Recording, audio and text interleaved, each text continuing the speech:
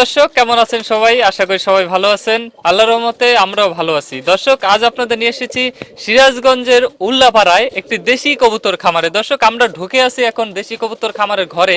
ঘরটা এতই সুন্দর দর্শক, আর ভিতরে এত পরিমাণে প্রোডাকশন, আসলে নিজের চোখে না দেখলে বিশ্বাস করা যাবে না যে কবুতর আসলে কত ভালো প্রোডাকশন দেয়। প্রতিটা ঘরেই ডিম আছে, ডিম না থাকলেও বাচ্চা আছে।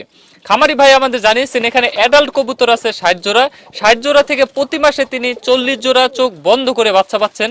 যদি দর্শক 200 টাকার জোড়াও বিক্রি করে দেখুন, তাহলে প্রায় 8,000 টাকার মতো তিনি এই কবুতর থেকে পাচ্ছেন।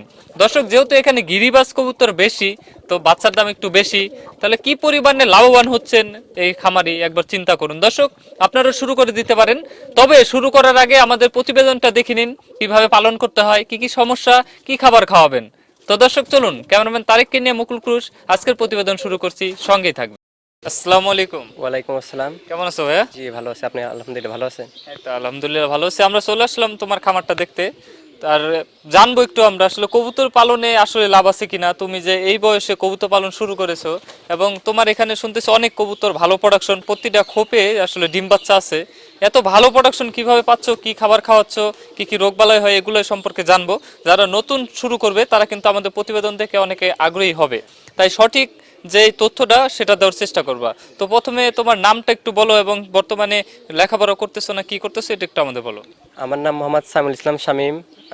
বড়হর স্কুল অ্যান্ড কলেজে পড়াশোনা করি ক্লাস 10-এ। সিরাজগঞ্জ উল্লাপাড়াতে আমার বাসা। মেইনলি কবুতরটা হচ্ছে আমার দাদার ওয়াজেদ সরকার, উনি ঢাকাতে চলে গেছে, যার কারণে হয়তো এই জায়গায় মানে প্রতিবেদনটার সাথে আমি আসছি। তো এই যে পড়াশোনার পাশাপাশি যে কবুতর পালন তোমার দাদা পালন করে না, সে তো আর নাই, তুমি দেখাশোনা করতেছো, তাহলে বর্তমানে তুমি কবুতর সম্পর্কে ভালো বলতে পারবে। আচ্ছা, এখানে মোটামুটি কত জোড়ার মতো কবুতর আছে সব মিলে? এখানে আপনার রানিং আছে হচ্ছে 120, মানে 160 জোড়া, আর বাচ্চা 20 থেকে 30 জোড়া বাচ্চা আছে। আর মানে অনেক, তাহলে প্রায় দেখা যাচ্ছে 200-র কাছাকাছি বাচ্চা টাচ্চা মিলিয়ে, কবুতর মিলিয়ে বাচ্চাটা হচ্ছে প্রায় 170-80 এরকম হবে হয়তো। মানে 200-র মধ্যে আছে। তো এগুলো কি জাতের কবুতর? আমরা তো কিছু গিরিবাজও দেখতে পাচ্ছি, কয়টা জাত আছে এখানে? এখানে দুইটা জাত আছে, একটা ঢাকাইয়া গিরিবাজ আর একটা হচ্ছে দেশি, মানে দুইটাই ক্রস সম্মিলিত হয়ে আছে আর কি। আচ্ছা, ক্রস। তো প্রথমে যখন শুরু করেছিলে তখন কি গিরিবাজ দিয়ে শুরু করা না দেশি কবুতর দিয়ে? সর্বপ্রথম যখন শুরু করা হয় তখন ছিল দেশি, কিন্তু মানে দুই একটা গিরিবাজ আসার কারণে পরবর্তীতে মানে অন্যজনের মানে অন্য জায়গা থেকে কবুতর আসার পরে পরবর্তীতে ওগুলোর সাথে মানে ক্রস ব্রিড হয় আর গিরিবাজের যাত্রা সৃষ্টি হয়ে গেছে আর কি। আচ্ছা, তার মানে প্রথমে দেশি দিয়ে শুরু করা, বাইরে থেকে একটা অন্য জাতের কবুতর গিরিবাজ কবুতর চলে আসছিল, এসে তারপরে যে শুরু হয়েছে, তারপরে এখন সব প্রায় মোটামুটি গিরিবাজ। তো মাসে কত জোড়ার মতো বাচ্চা পাও এখান থেকে? মাসে মানে 30 দিনের হিসাব আমরা করতেছি, কত জোড়া বাচ্চা? 30 জনের এই জায়গায় প্রায় 45 থেকে 50 জোড়ার মতো বাচ্চা পাওয়া যায়। আপনি দেখতে পাচ্ছেন যে ভিতরে এখনো ডিম বাচ্চা অনেকগুলো আছে, মানে প্রায় 45 থেকে 50 জোড়া বাচ্চা প্রতি মাসে পাওয়া যায়। আর এমনি সিজনে একটু কম আসে, কিন্তু এই যে এখন যে সিজন, এই সিজন একটু আরো বেশি আসবে। আচ্ছা দর্শক, আমরা কিন্তু খুঁজে পেয়েছি অনেক প্রোডাকশন জনিত বা প্রোডাকশন সহকারে একটা খামার, যেখানে কিন্তু সত্যি প্রতিটা খোপে, প্রতিটা ঘরেই কবুতর ডিম আছে, বাচ্চা আছে, এবং এখানে কিন্তু অ্যাডাল্ট কবুতর সহজে হাতছাড়া করা হয় না বা বিক্রি করে না, বাচ্চা বিক্রি করে। তাহলে আপনারা বুঝুন যে আসলে এখানে অ্যাডাল্ট কবুতরগুলো কত ভালো, কত ভালো প্রোডাকশন দেয়, এবং কোনোটি কবুতরই অসুস্থ না। তো এখানে কোনো রোগবালাই কি ধরেছে এখন পর্যন্ত তোমার জানা মতে? বলে বলতে এই শীতে এই পর্যন্ত একটা কবুতর মারা যায়নি, শুধু একটা কবুতর, মানে একটা কবুতর মারা গেছিল, সেটা হচ্ছে মানে অনেক বয়স্ক ছিল, প্রায় 8-9 বছর বয়স্ক ছিল, যার কারণে ওটা মারাও যায় নাই, মানে ওটা একজনকে মানে দিয়ে দেওয়া হয়েছে আর কি। মানে বয়স ছিল যার কারণে একটু ঝুম দিয়েছিল, যার কারণে অন্যজনকে দিয়ে দেওয়া হয়েছে। তাছাড়া একটা কবুতর মারা যায়নি। আমাদের উল্লাপাড়া প্রাণী সম্পদ অফিস থেকে ওষুধ টষুধ আনা হয়, আর আমাদের এক পরিচিত ডাক্তার, ভেটেরিনারি ডাক্তার আছে, ওনার সাথে কথা বলে ওষুধ মষুধ আনলে মোটামুটি এখনো কোনো সমস্যা দেখা যায়নি। তো আমরা যে ঘরটা দেখতেছি এখানে কতগুলো খোপ আছে, আর কত জোড়া কবুতর পালন করা যাবে এখানে? এই জায়গায় মোটামুটি প্রায় 150-র উপরে খোপ আছে, 150-র উপরে খোপ আছে, এবং 200 কবুতর, সর্বোচ্চ 200 কবুতর পালা যাবে। এর বেশি পারলে হয়তো বা একটু কষ্ট হবে কবুতরের জন্য, যার কারণে 150-150-র মতোই হলে কবুতর আর রাখা হয় না আর কি। আচ্ছা, আমরা দেখতে পেলাম যে এখান থেকে কবুতর বের হয়ে ছাদে গিয়ে খাবার খায়, তো ছাদেও তো ঘরটা করতে পারতেন। এখানে করার কারণ কি? এখানে কি বেশি সেফ, না ছাদে করাটাই উপযুক্ত ছিল? ছাদে বলতে ছাদে দেশি কবুতর এমনিতে ছেড়ে দিয়ে পালন করা হয়, যার কারণে একটু টয়লেট করে, আর এটা হচ্ছে মানে বাইরে, খোপটা বাইরে আছে, যার কারণে মানে কবুতরগুলা হয়তো বা একটু স্বাচ্ছন্দ্য বোধ করতেছে। আর এই যে গাছ টাছ আছে, গাছের উপরে থাকে, যার কারণে নিচে দেওয়া হয়েছে। আচ্ছা, ছাদে করলে যেমন সুবিধা, একটু অসুবিধা আছে, ছাদটা নোংরা হয়ে যায়, এর জন্য আলাদা পরিবেশে বাড়ির সামনে উঠানের এক কোনায় খামারটা করা হয়েছে। যেহেতু এটা বাড়ির বাইরে, মানে উঠানের এক কোনায় ঘরটা, আশেপাশে গাছ গোছালি আছে, তো কোনো বন্য বিড়াল, সাপ বা ইঁদুর এই ধরনের কোনো প্রাণী কি ভিতরে থাপা দেয় বা হানা দেয়? আপনি দেখেন এটা এই যে মুখটা কিন্তু উঁচা করা আছে, ঠিক আছে, যার কারণে কবুতর মানে মাঝে মধ্যে কাক আসে, কিন্তু কাক আসলে আর বেরোতে পারে না, যার কারণে মানে বন্য বিড়াল কিংবা সাপ এগুলো হানা দেয় না। মানে সিস্টেমটা এমন করা ঢোকার কোনো স্কোপ নাই।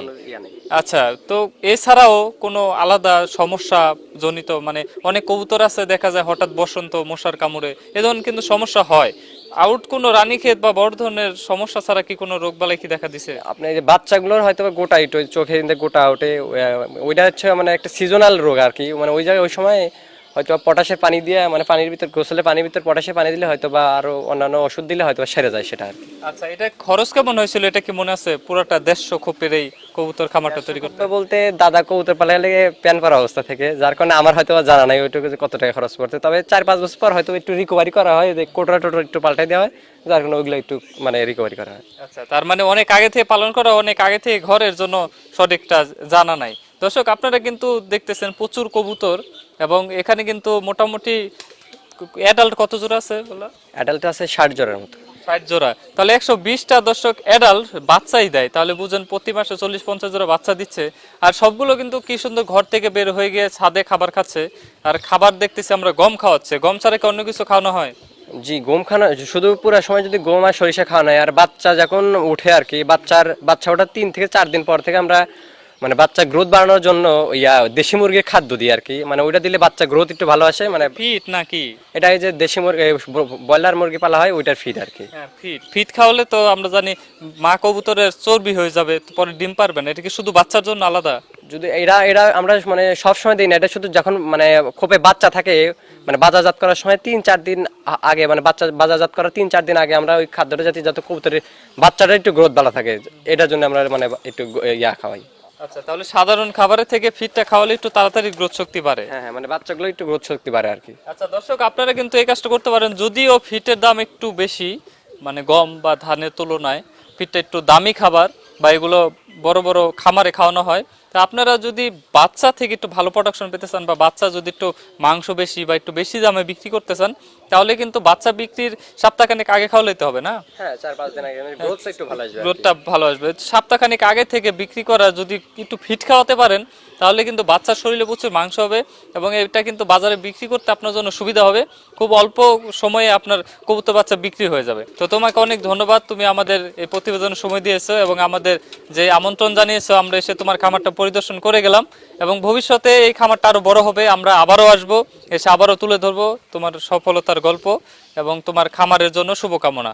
তো অনেক ধন্যবাদ তোমাকে আমাদের সময় দেওয়ার জন্য। জি, আসসালামু আলাইকুম। আচ্ছা, ওয়ালাইকুম আসসালাম। দর্শক, আপনারা এতক্ষণ শুনলেন এবং দেখলেন যে সফল একজন খামারি, যিনি পড়াশোনার পাশাপাশি এই খামারটা পরিচালনা করেন, এবং এখান থেকে কিন্তু প্রচুর প্রোডাকশন পাচ্ছেন।